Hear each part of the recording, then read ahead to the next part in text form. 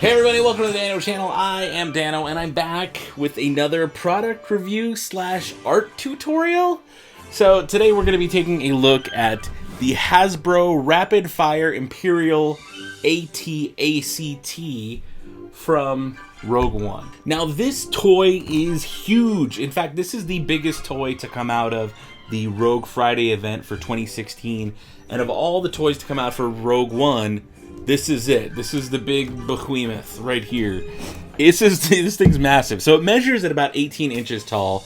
And what it is, it's the AT-ACT walker, but it fires Nerf darts, and you can connect it to your phone via Bluetooth, and you can like control it with an app. This thing is legit. Now at retail, this thing is going for about $300. I think the suggested retail price is $299.99, which is a bit steep.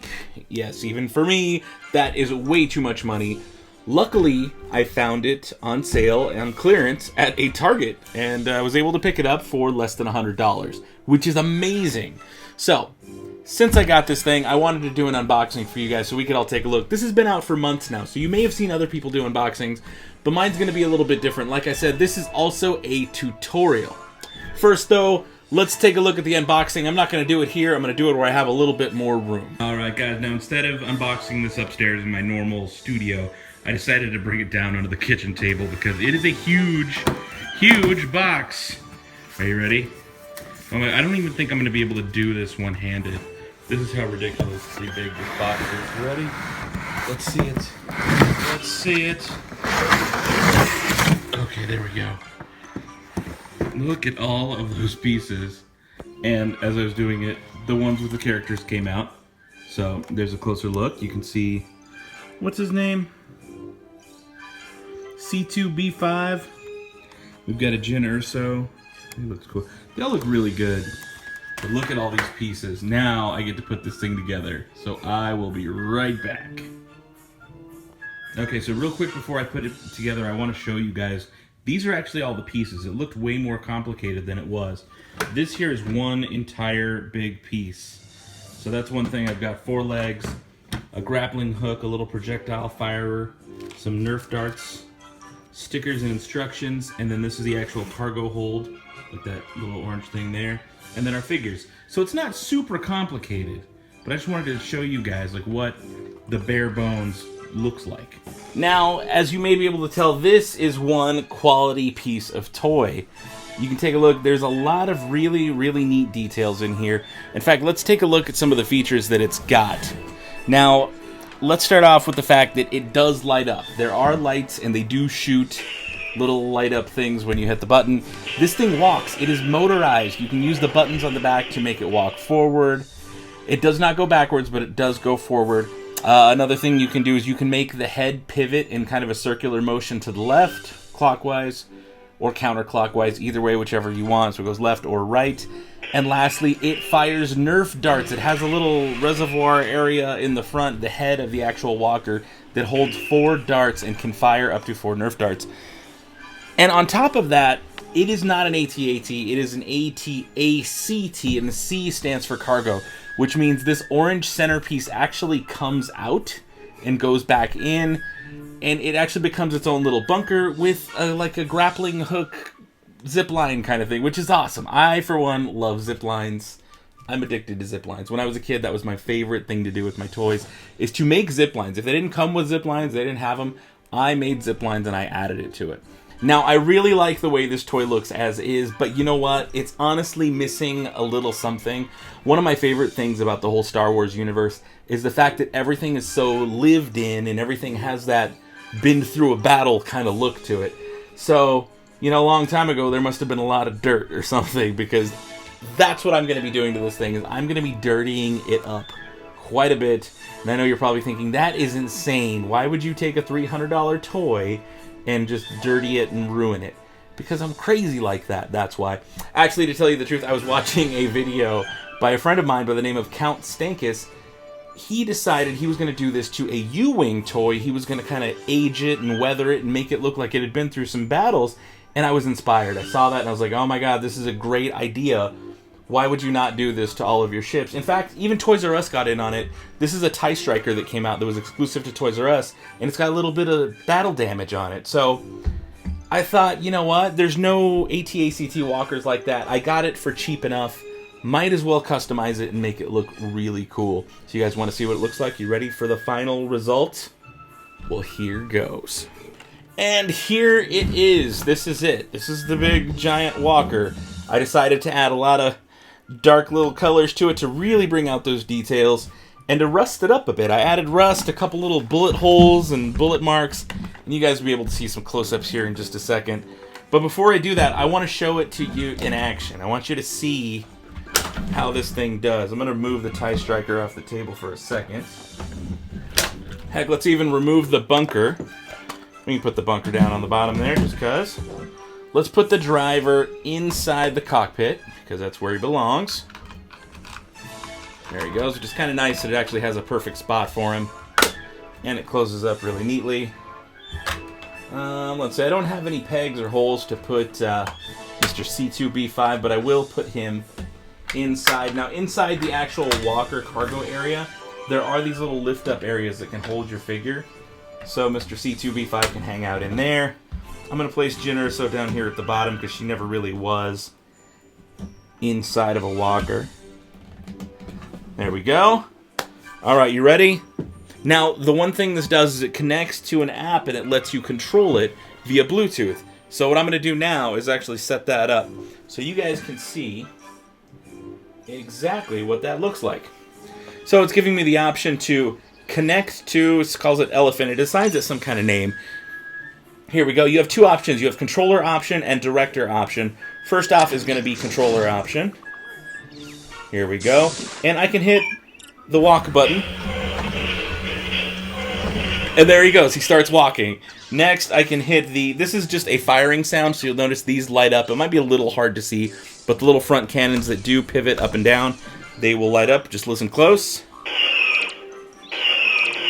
There you go. Got a little red coloring going on. Next, I can fire a Nerf dart. Yes, I love it. I love it. Fire another one. Really cool. You can make the head turn. And that's going clockwise, and then you can also go counterclockwise. And then you can make it walk forward. Uh-oh, maybe not. There we go. Okay, so that's the basic controls, and those same controls are actually located on the back of the walker itself. Now, the one thing that's interesting is director mode. Now, this app is the Star Wars Force Effects app, so it lets you shoot little videos with your toys and add special effects to them that you unlock by scanning codes. This one came with a code, which I'll be showing at the end of the video, so make sure you stay tuned if you want to get that code. It's free for the free app, and it's really cool to have. Plus, it gives you a ton of points. So, what I'm going to show you guys right now is called Director Mode. Now, Director Mode, what you're going to do is you basically get to input all of these commands and program it so that you can make a video and the walker is going to do its thing. So I'm going to hit forward, shoot a Nerf dart, turn your head a little bit to the left, or I guess to the right in this case. We'll move forward again, we'll shoot another Nerf dart, we'll make the blaster sound, and then we'll move forward 2 times, make the blaster sound, and then turn your head the other way. And let's hit play and see what happens. Take a look at this. I didn't even have to do anything. This is amazing. Oh, I have to confirm. I didn't confirm that it was going to shoot the dart, so it didn't shoot it. That's one thing that the app does. Fire! So it does want to make sure you still want to fire the dart.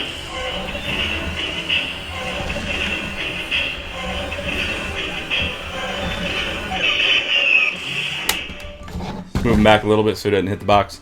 But that's it. It goes through the program thing. It usually lasts about 30 seconds, depending on how many things you plug in there.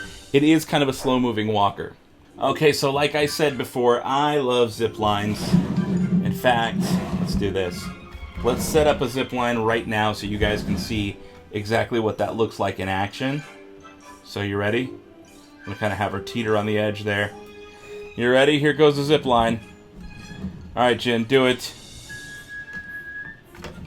And she zip lines down to the bottom. It's amazing. I love it.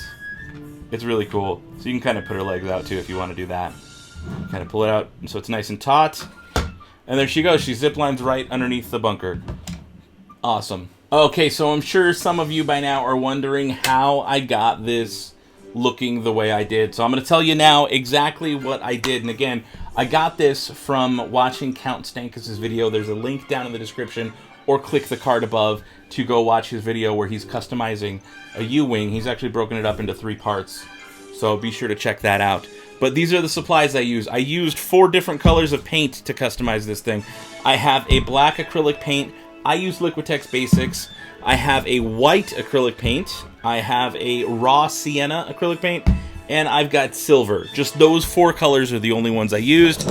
I used 3 different paintbrushes. I used one thick, it's very stiff bristle, and that helps you get into all those little nooks and crannies everywhere. I used one very small spotter brush. It's a detailing brush.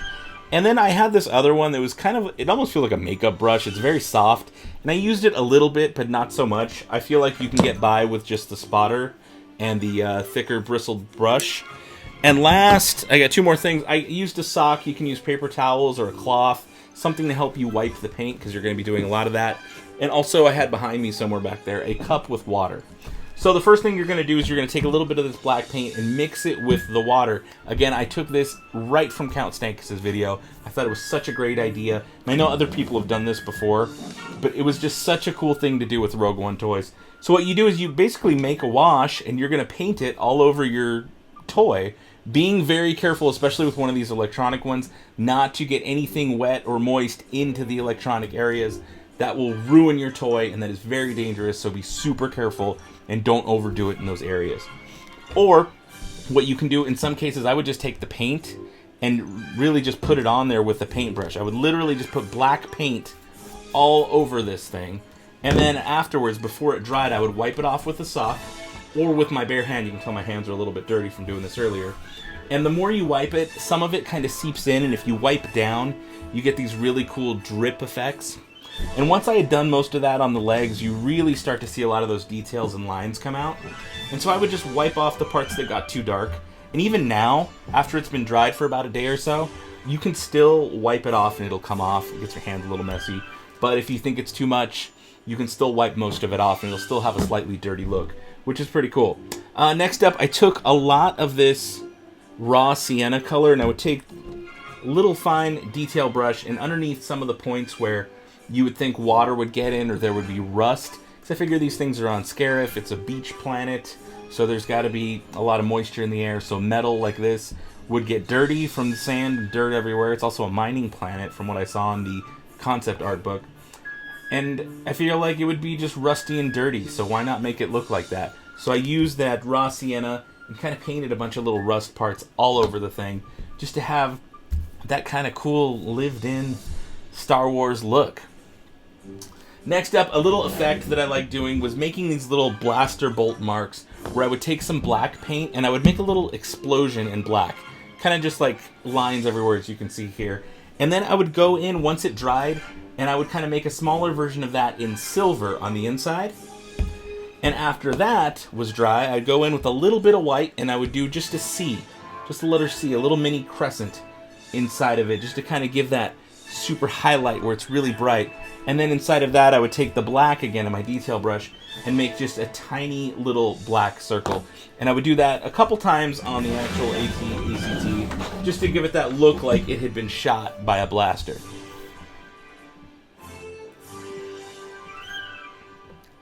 But overall, that's it. Really just find the points that would have anything dripping down, give it a little bit of rust, and pull down with your paintbrush, and kind of even use your hands and your fingers and get in there and really just push like this. And that's literally how I did it. It took me about 2.5 hours, and now I love this thing way more than I did when I first had it. Guys, if you're new around here, be sure to hit that subscribe button. I'm going to be doing more toy customizations, a little bit of diorama building coming up soon, Jurassic Park toys, way more Star Wars toys, Disney stuff, Disney artwork. So there's a lot of reasons to come hang out, be a part of the Dano Channel family. And if you are not new around here, thank you guys so much. You know I love it when you guys come back, leave thumbs up, leave comments. And seriously, I love you. You guys are the best. I've got the best community and the best followers ever. So thank you so much. Until next time, it is time to say, may the Force have with you, and goodbye forever.